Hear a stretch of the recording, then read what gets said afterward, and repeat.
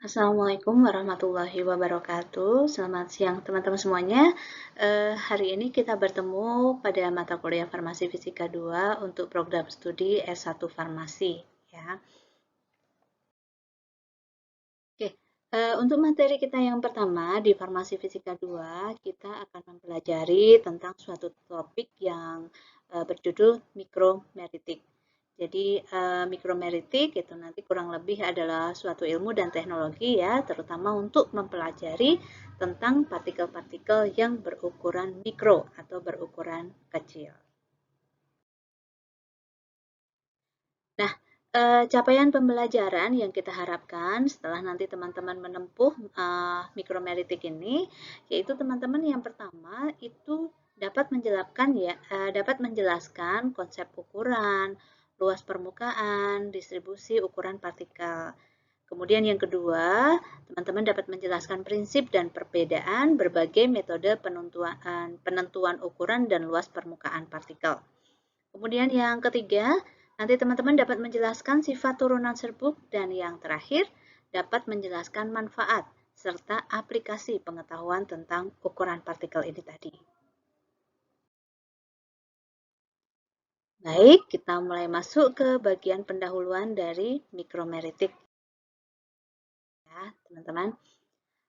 Jadi teman-teman, kalau kita mendengar kata-kata atau istilah mikromeritik, maka kata-kata ini terbagi atau tersusun atas dua kata dasar, yaitu kata-kata mikro yang artinya adalah kecil dan kata-kata meritik yang artinya adalah partikel. Jadi mikromeritik ini nanti kita akan membahas atau belajar mengetahui mengenai partikel-partikel yang berukuran kecil. Nah, istilah mikromeritik sendiri, teman-teman, itu diperkenalkan oleh Delaval ya, teman-teman. Nah, dalam mikromeritik nanti ada beberapa ya yang akan kita kaji atau kita pelajari. Yang pertama adalah mengenai bentuk dan ukuran partikelnya. Kemudian yang kedua adalah hal-hal yang terkait dengan ukuran partikel dalam bentuk sediaan farmasi.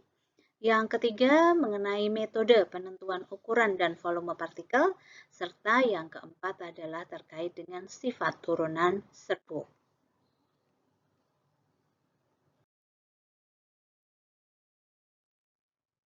Nah, mengapa teman-teman kita perlu untuk belajar mengenai mikromeritik ini? Apakah ada kaitannya atau hubungannya ya, atau manfaat mikromeritik dalam bidang farmasi yang kita tekuni saat ini? Oke, jawabannya adalah ya. Mikromeritik itu mempunyai kaitan atau hubungan dalam bidang farmasi. Antara lain yang pertama adalah berkaitan dengan kestabilan fisik suatu sediaan farmasi. Di sini contohnya adalah terkait dengan formulasi ya atau pembuatan sediaan, suspensi dan emulsi. Kemudian yang kedua adalah berkaitan dengan sifat alir ya, teman-teman. Nah, kalau berkaitan dengan sifat alir ini biasanya berhubungan dengan formulasi atau pembuatan sediaan padat ya. Contohnya tablet, kapsul ya, kemudian sirup kering misalnya. Nah, di mana sifat alir ini nanti itu akan berpengaruh pada proses pengempaan tablet dan pengisian serbuk ke dalam wadah. Kemudian yang ketiga yang akan dipengaruhi oleh ilmu pengetahuan mengenai partikel yaitu terkait dengan pelepasan obat. Ya, di mana obat itu seperti yang kita tahu ya teman-teman, untuk bisa diserap oleh tubuh, dia harus melewati beberapa proses atau tahapan, yaitu dia harus melarut, kemudian terdisolusi, dan nanti baru akan diabsorpsi menuju ke pembuluh darah. Dan yang terakhir adalah berkaitan dengan perhitungan partikel sediaan obat jadi. Contohnya adalah misalnya pada penentuan partikel logam pada sediaan salep mata. Nah, ini metodenya itu juga hampir mirip dengan metode penentuan ukuran partikel dalam ilmu mikromeritik.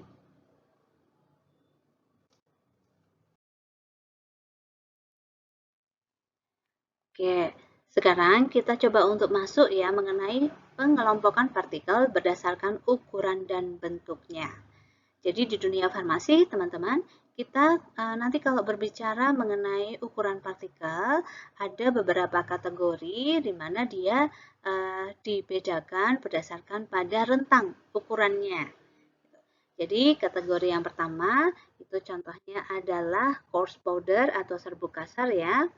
Nah, di mana yang terkategori sebagai coarse powder ini mempunyai rentang ukuran partikel berkisar 224 sampai dengan 710 mikrometer. Kemudian kalau coarse powder ini kemudian kita perkecil misalnya ya, dan sehingga dia mempunyai ukuran partikel berukuran dalam rentang 125 hingga 224 mikrometer, maka akan kita sebut dengan moderately fine powder atau serbuk setengah kasar. Nah, kemudian kalau misalnya partikelnya mempunyai ukuran yang lebih kecil lagi, yaitu berkisar antara 90 hingga 125 mikrometer, maka istilah yang sering kita gunakan adalah fine powder atau serbuk halus. Dan ukuran yang terkecil, kalau di istilah dunia farmasi, itu adalah very fine powder atau serbuk sangat halus, di mana ukurannya adalah 63 hingga 90 mikrometer.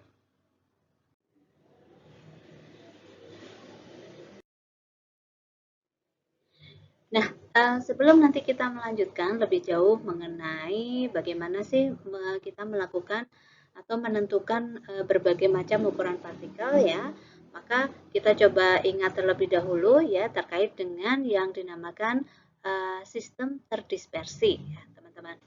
Oke, jadi kalau secara konsep ya kita berbicara mengenai sistem dispersi, maka yang disebut dengan sistem dispersi ini pasti terdiri dari dua komponen, yaitu komponen fase pendispersi ya atau fase kontinu ya atau juga sering disebut dengan pelarutnya begitu. Sedangkan satu lagi komponennya adalah fase terdispersi atau komponen yang terlarut. Jadi dengan adanya dua komponen ini, ada fase pendispersi dan ada fase yang terdispersi, maka terbentuklah suatu sistem yang kita sebut dengan sistem dispersi. Jadi sistem terdispersi itu suatu keadaan di mana fase terdispersi atau solut itu tidak dapat menyatu dengan fase pendispersi atau solvennya. Oke, nah sistem dispersi sendiri, teman-teman, kalau kita kategorikan berdasarkan ukuran fase terdispersinya, nah sering kita itu akan mengistilahkan dengan 3 jenis tipe, yaitu fase yang disebut atau tipe dispersi molekuler, kemudian tipe dispersi koloid, dan tipe dispersi suspensi, teman-teman. Apa kalau gitu yang membedakan suatu sistem dispersi itu kita sebut dengan sistem molekuler, koloid, atau suspensi. Nah, yang membedakan itu adalah berdasarkan ukuran dari fase terdispersinya. Ya. Jadi kalau kita memiliki suatu campuran di mana fase terdispersinya memiliki ukuran lebih kecil dari 1 nanometer, maka sistem dispersi tersebut itu sering kita sebut dengan istilah larutan. Jadi dispersinya karena ukurannya sangat halus dan sangat kecil sekali disebut dengan sistem dispersi molekuler. Dan sistemnya juga sering diistilahkan dengan larutan ya, teman-teman. Nah, sediaan farmasi yang tergolong dalam larutan ini sendiri biasanya suatu sediaan yang penampakannya jernih ya, teman-teman. Jadi contohnya adalah sirup ya, kemudian mungkin eliksir begitu ya. Jadi suatu sediaan oral yang dia mengandung pelarut campur yaitu salah satunya adalah alkohol seperti itu. Jadi seluruh bahan di dalam sistem dispersi tersebut itu benar-benar terlarut sempurna sehingga kita sudah tidak dapat melihat atau membedakan lagi mana pelarut dan mana zat terlarutnya. Dan penampakannya tadi biasanya adalah berupa suatu cairan yang jernih begitu. Nah, kemudian di atasnya larutan ya teman-teman, apabila fase terdispersinya ukurannya lebih besar, yaitu di antara 1 hingga 100 nanometer, sering kita istilahkan dengan tipe dispersi koloid. Jadi ini ukurannya lebih fase terdispersinya lebih besar daripada larutan ya, karena berada pada rentang 1 hingga 100 nanometer. Nah, tetapi kita mungkin juga masih sulit untuk membedakan mana fase terdispersi dan mana fase pendispersinya.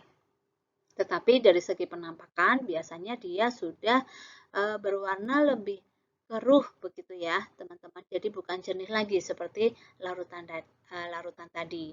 Kalau dalam kehidupan sehari-hari mungkin yang sering kita lihat sebagai koloid itu contohnya misalnya santan begitu ya. Kemudian misalnya kita membuat kopi yang sudah ada krimernya ya sehingga semuanya terlarut sempurna misalnya. Jadi apa namanya? Tetapi dia opak gitu ya, tidak jernih begitu ya penampakannya teman-teman. Nah, kalau di dunia farmasi mungkin yang termasuk di dalam sistem koloid itu contohnya misalnya kita membuat atau mendispersikan suatu komponen polimer ya ke dalam pelarut.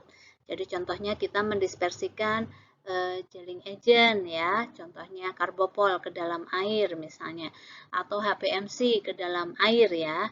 Nah, dia itu sistemnya bukan larutan tetapi masuk ke sistem koloidal karena ukuran partikel terdispersinya 1 hingga 100 nanometer.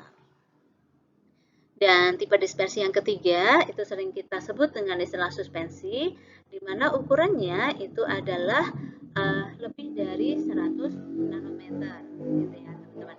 Artinya kalau kita mempunyai sediaan suspensi ini, biasanya masih cukup bisa terlihat dengan mata telanjang begitu ya, tanpa menggunakan alat, mana fase terdispersi dan mana fase pendispersinya. Tuh. Jadi itu teman-teman ya, kita mengulang kembali mengenai konsep sistem terdispersi.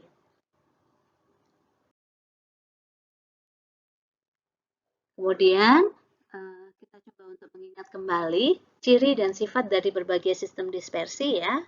Jadi kalau dispersinya molekuler atau sering kita sebut dengan larutan, biasanya dia mempunyai ciri homogen dan sudah tidak dapat dibedakan walaupun kita melihat larutan tersebut dengan menggunakan mikroskop ultra ya. Jadi kalau kita melihat larutan tersebut dengan menggunakan mikroskop ultra, kita masih tidak dapat membedakan mana fase terdispersi dan mana bagian pelarutnya. Seperti itu. Nah, semua partikelnya mempunyai dimensi itu kurang dari 1 nanometer ya. Jadi kalau mikrometer mungkin istilah yang sering kita dengar ya, nanometer itu 1/1000 dari mikrometer. Jadi artinya memang ukuran partikelnya sangat-sangat kecil sekali. Kemudian dia hanya memiliki satu fase ya, stabil serta tidak dapat disaring. Jadi kalau teman-teman ingat contohnya ya, pada waktu teman-teman melarutkan gula ya ke dalam air, nah maka setelah itu mungkin penampakan airnya masih sama ya, warnanya mungkin tidak berbeda jauh ya kalau kita hanya melarutkan sedikit. Tetapi dari segi rasa mungkin dia sudah mulai berubah dan dan kita sudah tidak bisa lagi memisahkan ya gula dari airnya, misalnya dengan cara disaring itu kita tidak dapat memisahkan gitu.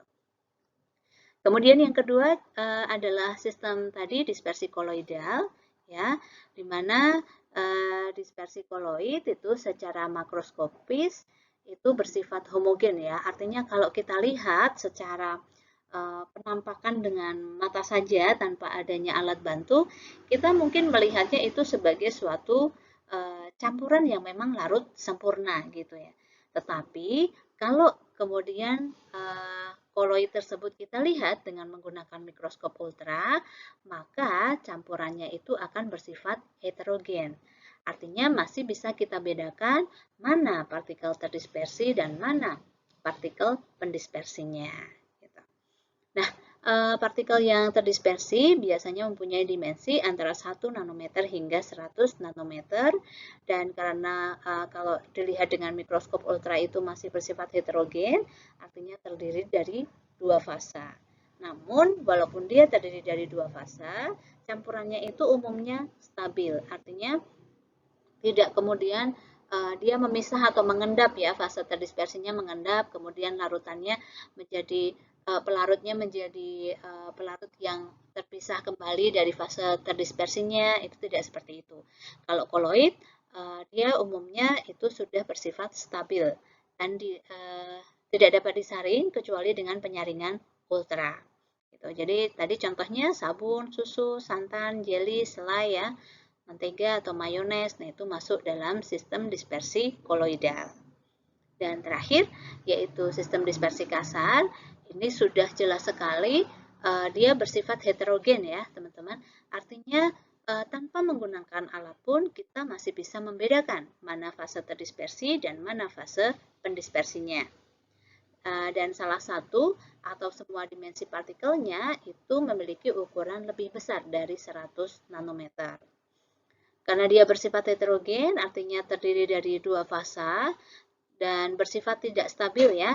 Artinya jika kita diamkan, maka campuran yang termasuk dalam suspensi atau dispersi kasar ini, dia akan kemudian memisah menjadi dua bagian, yaitu biasanya partikel terdispersinya akan mulai mengendap di bagian bawah, sehingga menyisakan bagian medium pelarut di bagian atas, ya, sehingga kalau semua partikelnya semua sudah mengendap, biasanya itu bagian atas atau pelarut itu akan terlihat sebagai suatu penampakan pelarut yang jernih, begitu. Karena fase terdispersinya itu tidak dalam keadaan terlarut. Dan dispersi kasar ini itu juga masih dapat kita lakukan penyaringan ya, atau kita pisahkan antara pelarut dengan fase terdispersinya. Nah, contoh suspensi atau dispersi kasar ya, teman-teman, itu contohnya adalah air sungai yang keruh ya, di mana dia mungkin bercampur dengan seperti lumpur gitu, atau campuran air dengan pasir begitu ya. Kemudian campuran kopi dengan air. Nah, ini kopinya berbeda dengan koloid ya. Kalau kopi yang mungkin mengandung krimer itu ya, teman-teman, itu masuk ke fase koloid. Nah, kalau kopinya mungkin kopi yang hitam begitu ya. Kemudian dia nanti kalau kita diamkan kan dia akan mengendap ke bawah ya teman-teman bagian kopinya. Nah itu termasuk dalam dispersi kasar.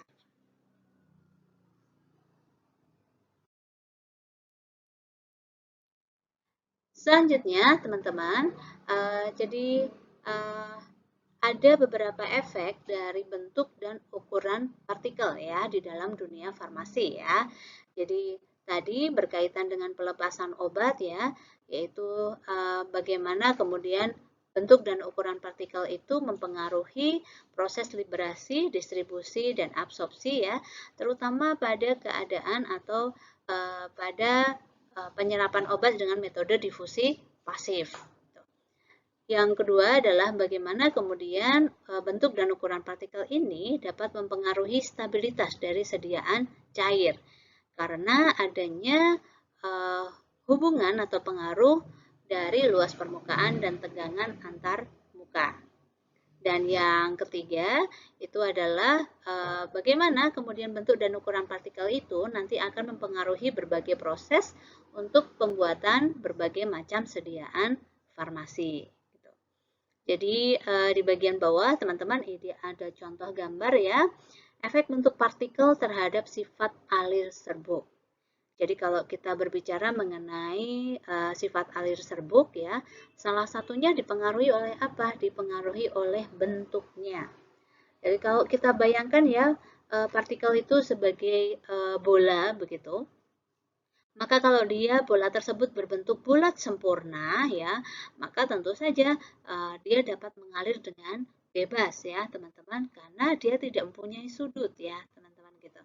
Artinya bolanya bulat ya pasti dia akan memiliki aliran yang sangat bagus sekali gitu. Tetapi kalau dia partikelnya kemudian berbentuk oblong ya atau seperti oval gitu, teman-teman. Nah, tentu saja jika dibandingkan dengan yang berbentuk bulat sempurna tadi, alirannya tentu saja kurang ya, tidak terlalu bagus seperti dengan partikel yang berbentuk bola tadi. Gitu. Kemudian apalagi kalau kita memiliki partikel yang bentuknya adalah kubus misalnya, terlalu banyak sudut di situ. maka tentu saja ini alirannya atau kalau kita gelindingkan begitu ya teman-teman, kita bayangkan kita gelindingkan partikel yang berbentuk kubus, ini dia tentu saja nanti biasanya kurang bagus ya, mungkin banyak hambatan gitu karena terkait dengan sudut-sudutnya tadi. Begitu juga kalau kita memiliki bentuk yang tidak seragam begitu ya. Jadi ada yang bentuk gepeng ke sana kemari ya, tidak jelas bentuknya seperti ini ya. Nah, maka tentu saja ini juga alirannya akan buruk gitu. Begitu juga kalau misalnya bentuknya seperti plat ya, lempeng-lempeng begitu teman, flakes gitu ya. Dan atau bahkan kalau bentuknya seperti benang ya. Nah, maka itu akan sangat memiliki aliran yang sangat jelek sekali. Nah, jadi ini teman-teman, pada saat kita mempunyai suatu zat aktif ya, dan dia mempunyai bentuk partikel yang berbeda-beda, nah tentu saja dia akan memiliki, contohnya adalah sifat alir yang berbeda-beda pula.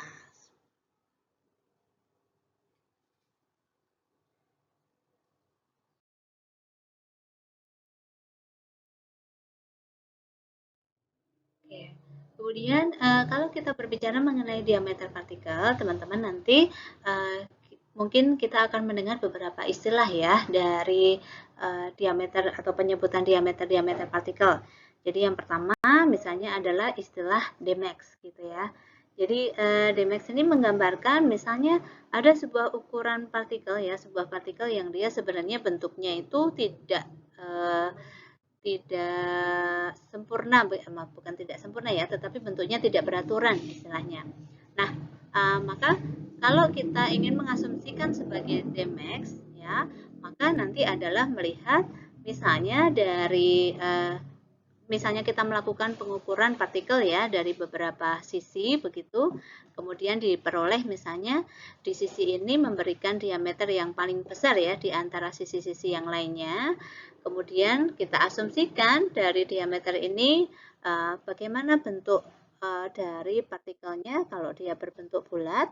Nah, itu kita sering sebut dengan istilah Dmax. Gitu. Selanjutnya sebaliknya,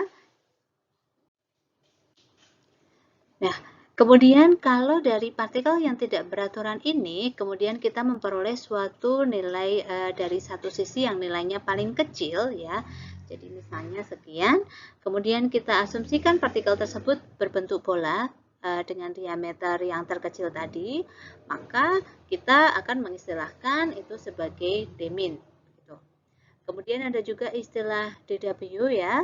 Jadi suatu bentuk partikel yang diasumsikan mempunyai berat yang sama dengan partikel yang tidak beraturan tadi. Kemudian ada juga DV atau jadi menggambarkan bentuk partikel yang memiliki volume yang sama gitu dengan partikel tadi. Kemudian juga ada istilah DS, itu dari parameter mempunyai luas permukaan yang sama. Desif kalau dia mampu melewati ukuran mesh atau ayakan yang sama. Dan DZ itu jika mempunyai laju pengendapan yang sama dengan partikel yang sedang dilakukan pengujian. Gitu. Nah, di samping beberapa istilah tadi, teman-teman, ada juga istilah yaitu mengenai diameter rata-rata atau sering disebut dengan Dmin. Ya. Dmin ini rumusnya untuk perhitungannya. Jadi diameter rata-rata ini sering digunakan itu untuk menghitung ukuran partikel, terutama pada metode pengukuran menggunakan mikroskop.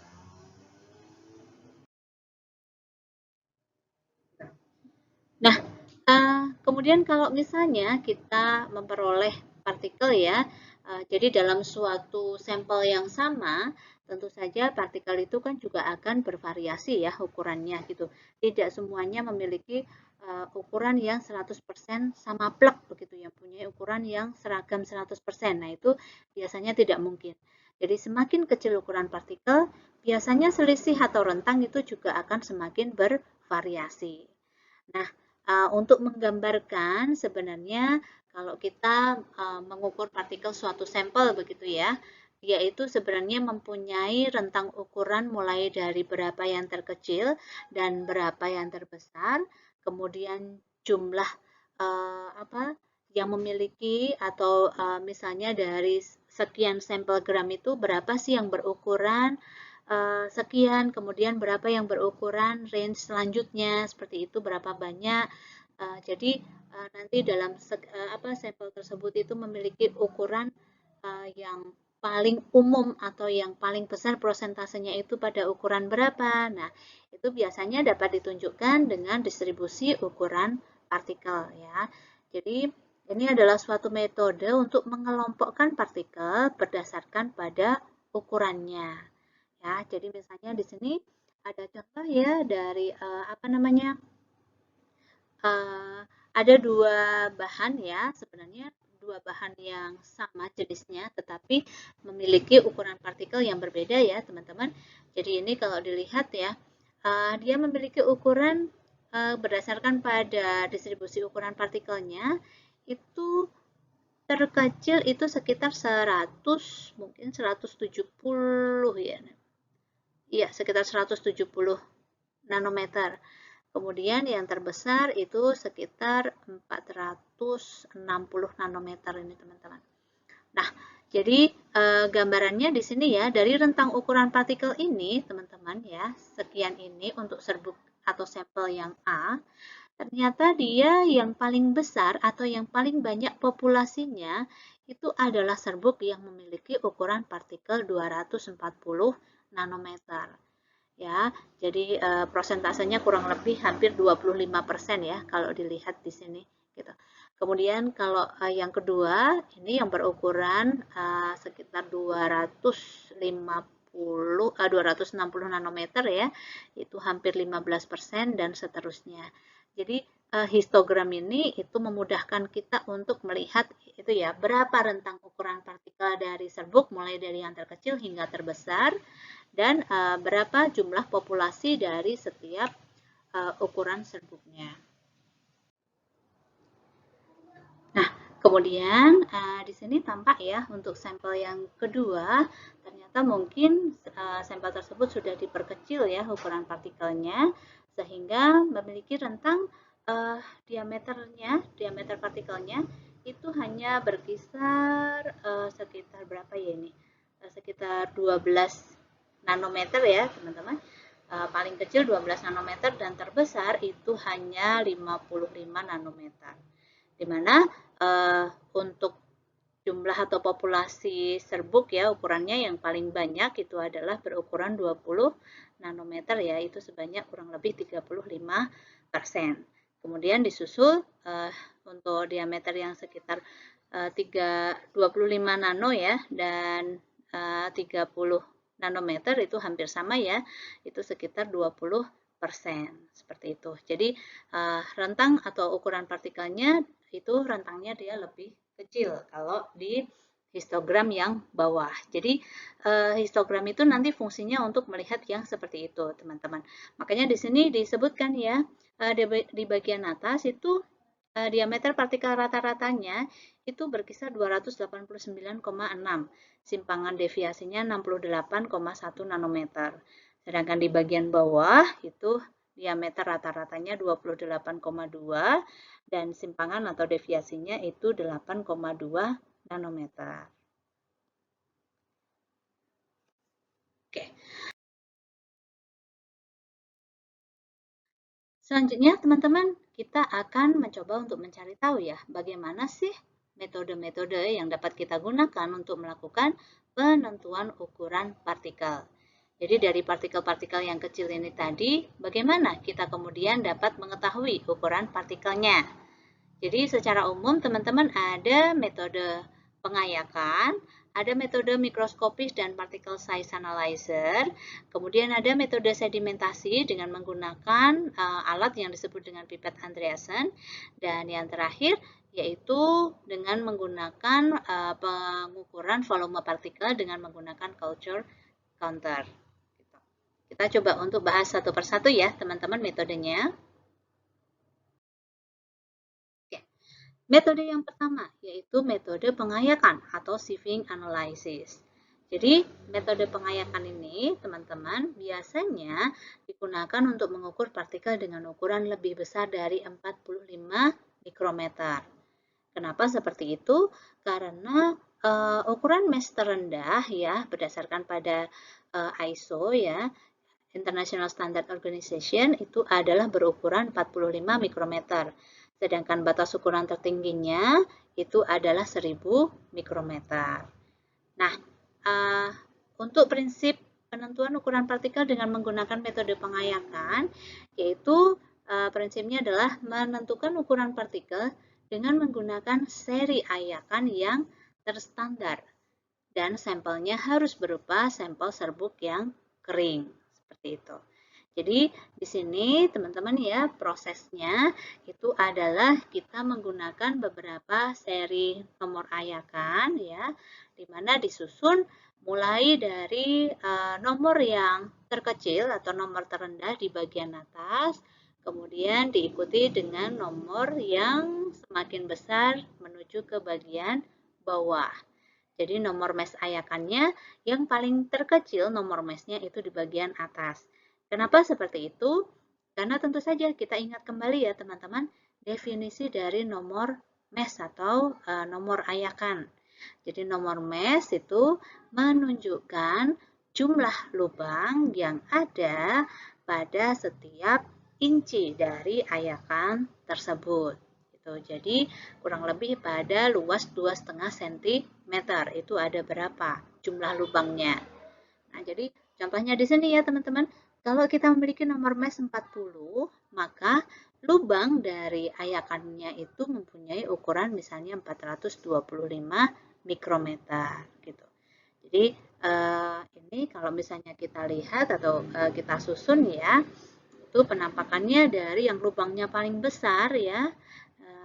Jadi nomor mesh kecil itu menunjukkan lubangnya semakin besar ya, karena dalam 1 inci lubangnya itu juga semakin sedikit, maka ukuran lubangnya akan semakin besar. Nah, ini susunannya kurang lebih seperti ini ya, yang ukuran besar menjadi lebih kecil, kemudian menjadi lebih kecil lagi atau lebih halus lagi, dan terakhir itu seperti saringan nilon ya, halus sekali. Gitu. Jadi susunannya kurang lebih seperti ini, teman-teman berseri. Gitu. Nah, kemudian kalau kita lihat sebenarnya kalau dengan metode ayakan apa sih yang akan terjadi pada partikel uji kita gitu ya. Jadi misalnya kita menempatkan partikel atau serbuk di atas mesh ini ya, di mesh bagian atas misalnya, maka kemudian kalau kita berikan gaya ya atau ketukan begitu ya atau getaran, maka tentu saja partikel yang ukurannya lebih kecil daripada ukuran lubang ayakan, itu dia akan terbebas atau lolos keluar ya, menuju ke ayakan mesh yang selanjutnya. Ya, seperti itu. Sedangkan partikel yang ukurannya lebih besar ya, maka dia akan tertahan ya, tidak bisa melewati lubang ayakan tersebut. Artinya bagaimana? Oke, kalau kita menggunakan asumsinya adalah ayakan ukuran 325 mesh ya dengan lubang ukuran 44 mikron. Maka kalau partikel kita memiliki ukuran lebih besar dari 44 mikron ya dia akan tertahan di atas ini. Tetapi kalau dia memiliki ukuran yang lebih kecil daripada 44 mikron, maka dia akan jatuh ke bawah ya menuju ke ayakan mesh yang selanjutnya. Seperti itu sampai dengan terakhir, biasanya di bagian bawah ini akan ada yang namanya pen penampung gitu ya. Jadi seri ayakan kemudian diakhiri dengan adanya pen penampung di bagian bawah. Seperti itu. Nah, kemudian kalau kita sudah melakukan pengujian dengan metode pengayakan ya, biasanya kita akan memperoleh histogram ya. Nilai yang akan kita peroleh yaitu histogram dari diameter rata-rata sampel gitu. Jadi kurang lebih histogramnya seperti ini ya teman-teman. Jadi menunjukkan seperti tadi histogram pada pengukuran yang tadi teman-teman sudah sempat lihat di awal ya. Jadi histogram ini juga akan menunjukkan ukuran partikel berapa itu memiliki populasi berapa banyak ukuran tersebut gitu. Jadi contohnya kalau di sini ya teman-teman, itu dia yang berukuran partikel kurang lebih 330 mikron ya. Nah, ini memiliki jumlah atau populasi sebanyak 40%, misalnya seperti itu. Nah, kemudian kalau kita melakukan penentuan ukuran partikel dengan menggunakan metode ayakan, apa saja sih yang bisa mempengaruhi dari hasil pengujian tadi? Jadi yang pertama adalah waktu atau lama atau durasi pengayakannya. Jadi waktu untuk kita melakukan pengayakan biasanya adalah 5 menit ya. Karena kalau pengayakannya terlalu lama, nanti khawatirnya sampelnya itu dapat pecah ya, karena partikel-partikelnya itu saling bertumbukan gitu. Sehingga kalau sampelnya pecah artinya nanti nilai yang kita peroleh itu bukan menggambarkan ukuran partikel sebenarnya, tetapi ada komponen partikel-partikel sebenarnya yang sudah pecah gitu. Jadi ukurannya mungkin terbaca lebih kecil, padahal sebenarnya itu partikel yang besar tetapi pecah pada saat proses pengujian.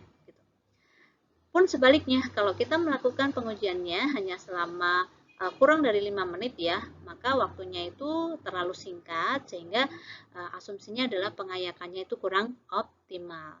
Jadi mungkin sebenarnya ada serbuk yang sebenarnya dia berukuran partikel lebih kecil, bisa lolos pada ayakan tersebut, tetapi dikarenakan waktu pengayakannya itu tidak optimal atau terlalu singkat, dia kemudian belum bisa melolosi dari ayakan tersebut, mungkin karena posisinya ada di atas ya serbuknya teman-teman, jadi mungkin terhalang pada serbuk-serbuk yang ada di bagian bawahnya. Begitu. Kemudian juga berkaitan dengan masa sampel yang dilakukan pengujian. Jadi untuk melakukan pengujian metode pengayakan, sampelnya juga harus diperhatikan. Jangan terlalu sedikit dan jangan terlalu banyak. Standarnya adalah berkisar 50 hingga 100 gram ya. Jadi dengan sampel sekian itu asumsinya adalah sampelnya itu nanti dapat terbagi merata dan dapat memang terayak sempurna pada pengayakan selama waktu kurang lebih 5 menit itu tadi.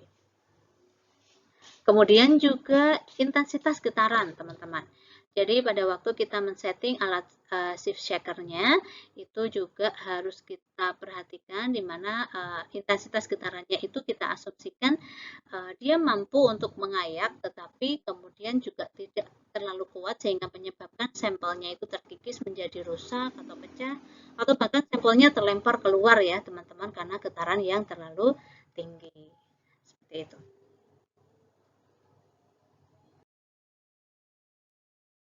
Nah, untuk metode pengayakan sendiri, kelebihannya itu dia sederhana, praktis, mudah, dan cepat ya, serta sangat mudah untuk diamati gitu. Dan untuk melakukan metode pengayakan ini tidak membutuhkan keahlian khusus gitu ya. Jadi yang jelas dia tahu prosedur kerjanya ya, maka bisa untuk melakukan metode pengayakan ini. Nah, tetapi dari metode yang sangat sederhana, praktis, mudah ini tadi tentu saja juga memiliki beberapa kekurangan. Antara yang pertama, tidak dapat untuk mengetahui bentuk partikel. Jadi kalau kita melakukan metode pengayakan, mungkin yang kita peroleh ukuran partikelnya, tetapi bentuknya seperti apa, kita tidak dapat melihat. Jadi apakah dia berbentuk bulat atau berbentuk lonjong atau bentuknya seperti apa, tidak terlihat pada metode pengayakan. Kemudian juga tidak dapat mengetahui keseragaman ukuran partikel. Kenapa? Karena dalam satu seri ayakan ini ya teman-teman, itu rentang dari ayakan ke satu dan ayakan yang kedua itu cukup luas gitu. Jadi apa namanya, untuk menjadikan atau menyimpulkan sebagai keseragaman ukuran partikel itu masih sulit ya, karena jarak partikelnya yang sangat luas gitu. Kemudian dapat terbentuk agregasi akibat getaran ya. Jadi agregasi itu tadi ya misalnya pemecahan partikel ya akibat getaran yang dilakukan. Nah, tentu saja itu nanti dapat menyebabkan variasi data. Metode pengayakan ini juga dapat menyebabkan erosi ya pada bahan-bahan granul ya, sehingga tadi kalau ingin melakukan pengujian maka beberapa parameter yang menyebabkan variasi hasil tadi itu harus kita perhatikan.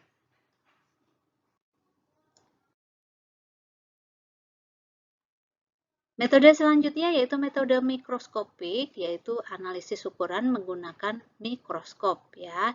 Jadi jenis mikroskop sendiri ya yang bisa digunakan teman-teman, ada mikroskop cahaya biasa, jadi seperti yang digambar, mungkin teman-teman sudah cukup sering menemui.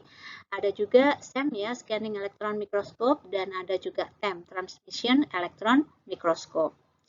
Jadi metode mikroskopik ini ada beberapa keuntungan ya. Antara lain masih cukup sederhana juga ya, apalagi kalau kita menggunakan mikroskop cahaya ya. Kemudian kita langsung dapat mengamati partikel ya. Jadi kita dapat langsung melihat bentuk partikelnya misalnya. Kemudian apabila ada gumpalan partikel itu dapat terlihat ya dengan metode mikroskopik. Nah, tetapi metode mikroskopik juga ada beberapa kekurangan ya. Jadi ini terutama kekurangan pada metode mikroskopik yang menggunakan mikroskop cahaya ya. Jadi resiko interpretasinya itu bias ya. Artinya bias itu kadang antara orang yang satu dengan orang yang lain gitu ya, pada saat melihat bentuk partikel yang sama. Nah, itu bisa mempunyai interpretasi nilai yang berbeda, walaupun mungkin berbedanya tidak terlalu jauh begitu ya, tetapi ya tentu saja itu sebuah nilai yang dapat menyebabkan interpretasi yang bias begitu. Kemudian yang kedua, karena ini kan kita melihat misalnya dengan mikroskop cahaya itu ya, kita kan harus melihat dengan lensa yang kecil misalnya, maka dibutuhkan konsentrasi yang tinggi gitu. Kemudian jumlah partikel yang dihitung itu biasanya jumlahnya kan juga banyak ya, artinya juga harus dicatat karena ini kan pendataannya masih dengan manual misalnya begitu, dan harus tadi ya memakan waktu dan energi yang cukup panjang ya. Jadi biasanya kalau dengan metode mikroskopik cahaya itu kita mungkin bisa menghabiskan waktu beberapa jam gitu untuk memperoleh data yang kita inginkan. Seperti itu. Nah, ini teman-teman beberapa perbedaan ya atau penampakan partikel-partikel jika dilihat secara mikroskopik ya teman-teman. Jadi di gambar sebelah kiri bagian bawah itu ada contoh gambar menggunakan penampakan mikroskop cahaya, SEM dan TEM ya teman-teman. Jadi kalau mikroskop cahaya ya kita hanya melihat partikelnya mungkin berbentuk seperti bulat tetapi tidak terlalu jelas gitu. Jadi kemudian kalau SEM itu lebih bisa lebih terlihat jelas ya bentuknya, akan lebih bisa terinterpretasi bentuknya, tetapi SEM ini masih dua dimensi. Sedangkan kalau kita menggunakan TEM, itu kelebihannya kita dapat mengamati atau dapat melihat ya terkait dengan bagian-bagian permukaan dari si partikel begitu ya. Jadi kalau TEM itu lebih ke 3 dimensi gitu. Cuman ya dari ini ya karena kecanggihan teknologinya berbeda ya teman-teman, tentu saja dari segi peralatan, harganya maupun terkait dengan biaya yang dibutuhkan ya tentunya juga lebih besar seperti itu. Nah ini juga penampakan ya dari beberapa partikel ya. Jadi misalnya ini melihat permukaannya ya, ini permukaannya cukup halus misalnya, yang ini ada beberapa rongga, kemudian kalau yang ini lebih kasar ya teman-teman, dan apalagi yang bagian bawah ini ya dia seperti banyak-banyak kumpulan-kumpulan kecil gitu di bagian permukaan partikelnya. Ini kalau kita asumsikan terhadap sifat alirnya tentu saja ya. Ini kita bisa memprediksi sifat alir yang A ini paling baik, disusul yang C, disusul yang B, dan terakhir adalah yang D.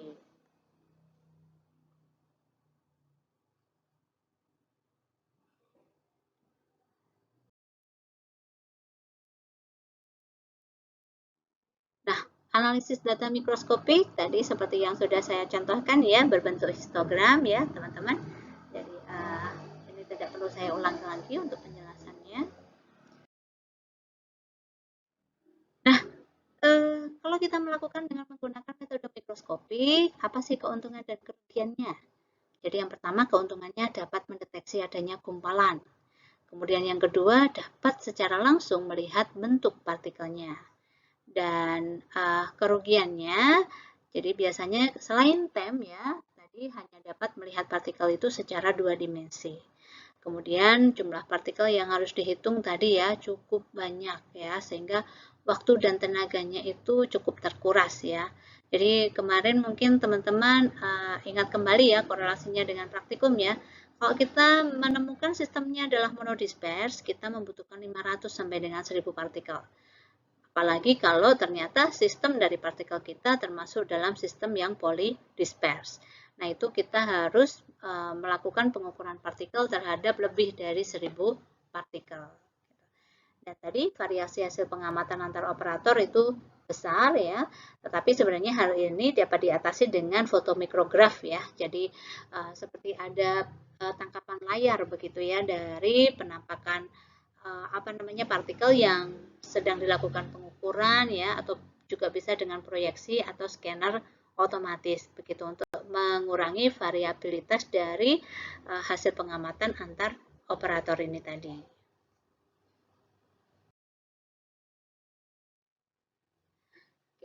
Kemudian yang ketiga adalah metode sedimentasi, teman-teman.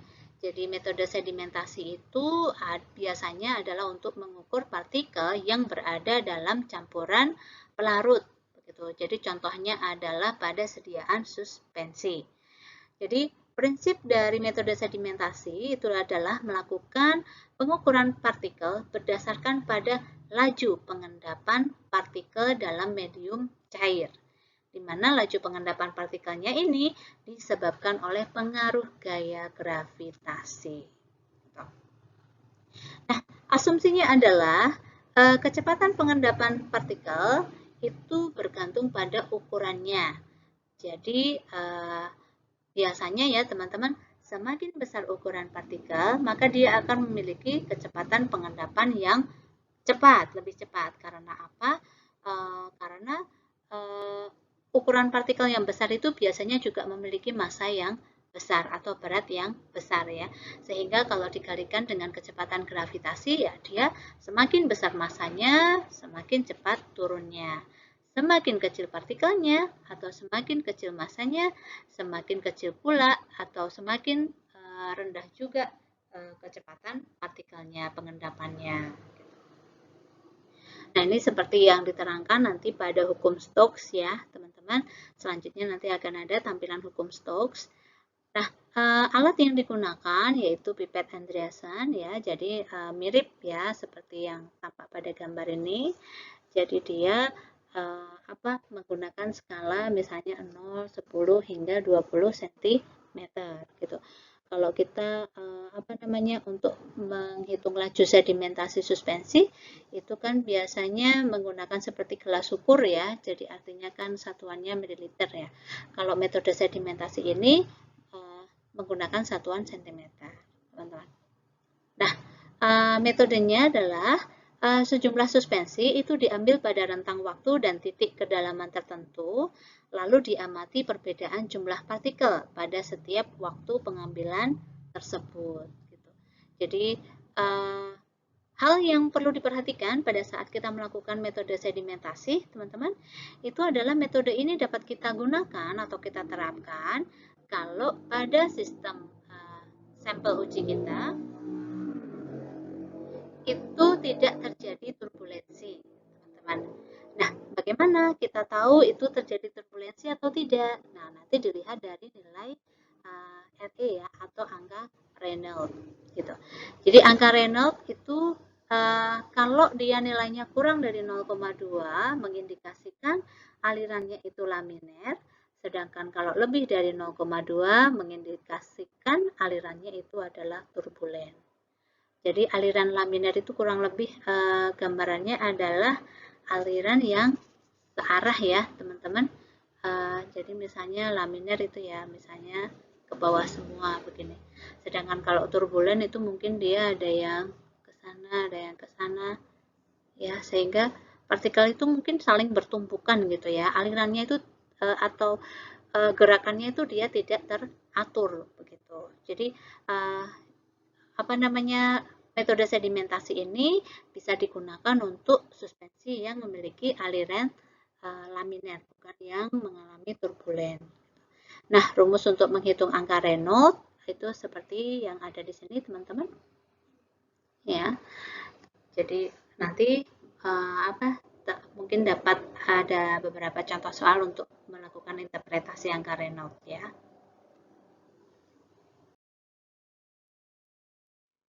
Oke. Kemudian tadi ya seperti yang sebelumnya disampaikan bahwa untuk metode sedimentasi itu berdasarkan pada hukum Stokes ya, teman-teman. Di mana hukum Stokes itu adalah V sama dengan H per T ya. Jadi keterangannya V itu kecepatan laju pengendapan, itu H per T. H itu jarak jauh, sedangkan T itu adalah waktunya. Jadi kalau di breakdown itu bisa menjadi seperti ini rumusnya, teman-teman. Tidak perlu saya satu persatu ya. Nah, nanti kalau kita ingin mengukur diameter Stokesnya ya, jadi dari rumus ini bisa diubah atau diturunkan menjadi rumus diameter Stokesnya, yaitu diameter Stokes partikel itu adalah akar dari 18 kali P0H dibagi dengan rho S min rho 0 dikali dengan GT. Gitu. Jadi keterangan dari masing-masing komponen yang ada di hukum Stokes juga dapat teman-teman lihat pada keterangan ini ya.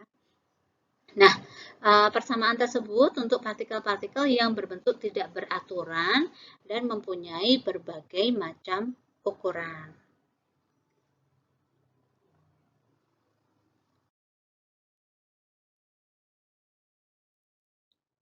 Dan yang terakhir, teman-teman, yaitu metode pengukuran volume partikel, yaitu dengan menggunakan alat yang disebut dengan Coulter counter.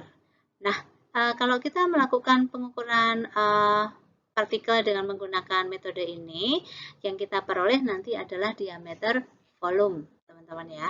Jadi, prinsip pengukurannya itu adalah suspensi partikel dilewatkan di antara dua elektroda, dan adanya suspensi partikel yang lewat pada dua elektroda nanti akan menimbulkan perubahan tahanan listrik. Nah, perubahan tahanan ini akan diproses secara elektronik di dalam alat dan akan diterjemahkan sebagai ukuran partikel atau diameter volume tadi.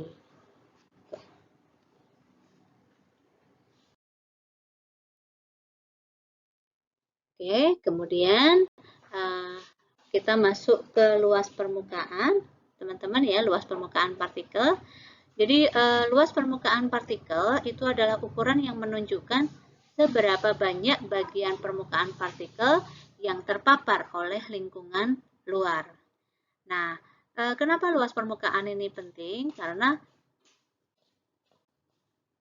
luas permukaan itu terkait dengan kecepatan disolusi obat ya, teman-teman. Jadi terutama disolusi obat-obat bentuk padat ya, tablet, kapsul, kemudian suspensi misalnya ya, yang mempunyai sifat kelarutan, terutama zat aktifnya itu kelarutannya rendah di dalam air ya. Nah, maka salah satu metode untuk bisa meningkatkan kelarutannya yang nanti juga akan berpengaruh ke disolusi itu adalah dengan cara dapat ditingkatkan dengan meningkatkan luas permukaan partikelnya. Jadi bahan-bahan yang memiliki luas permukaan yang tinggi dapat memiliki pori-pori yang mengabsorpsi gas, uap air ke dalam pori-pori tersebut, sehingga ukuran pori itu dapat mempengaruhi sifat-sifat farmasetik ya, seperti kelarutan serbuk obat di dalam air dan disolusi itu tadi.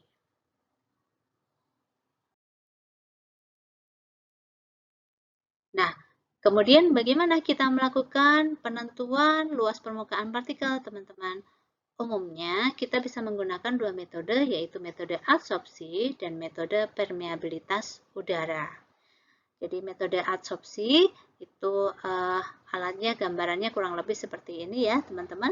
Jadi gas nitrogen itu dialirkan melalui sejumlah sampel serbuk. Kemudian di alat tersebut ada detektor thermal conductivity yang mendeteksi volume gas yang teradsorpsi oleh sampel ya, satuannya cm3 per gram. Nah, kemudian dari hasil deteksi tadi, itu dengan perhitungan matematik dan analisis grafik nitrogennya itu dapat diketahui ya, atau dapat dihitung berapa nitrogen yang diabsorpsi dan kemudian luas areanya itu berapa. Jadi luas permukaan partikelnya berapa. Nah, kemudian kalau untuk sampel yang berupa cairan ya teman-teman, maka dapat digunakan metode yang kedua yaitu metode permeabilitas udara. Jadi pada metode ini cairan dialirkan melalui sejumlah serbuk, kemudian diamati jumlah cairan yang tertahan dan yang dapat menembus sampel. Prinsipnya ya, tahanan dari arus cairan yang melewati serbuk dinyatakan sebagai luas permukaan serbuk. Artinya kalau serbuknya memiliki luas permukaan yang semakin besar, maka tahanan supaya cairan tersebut itu tidak dapat menembus ke sampel juga akan semakin besar. Semakin kecil luas permukaan serbuk, maka tahanan untuk si cairan untuk bisa melewati serbuk tersebut juga semakin rendah atau semakin kecil. Jadi demikian teman-teman untuk mikromeritik bagian yang pertama ya, sampai dengan luas permukaan partikel. Apabila ada pertanyaan, silakan bisa disampaikan ya. Terima kasih.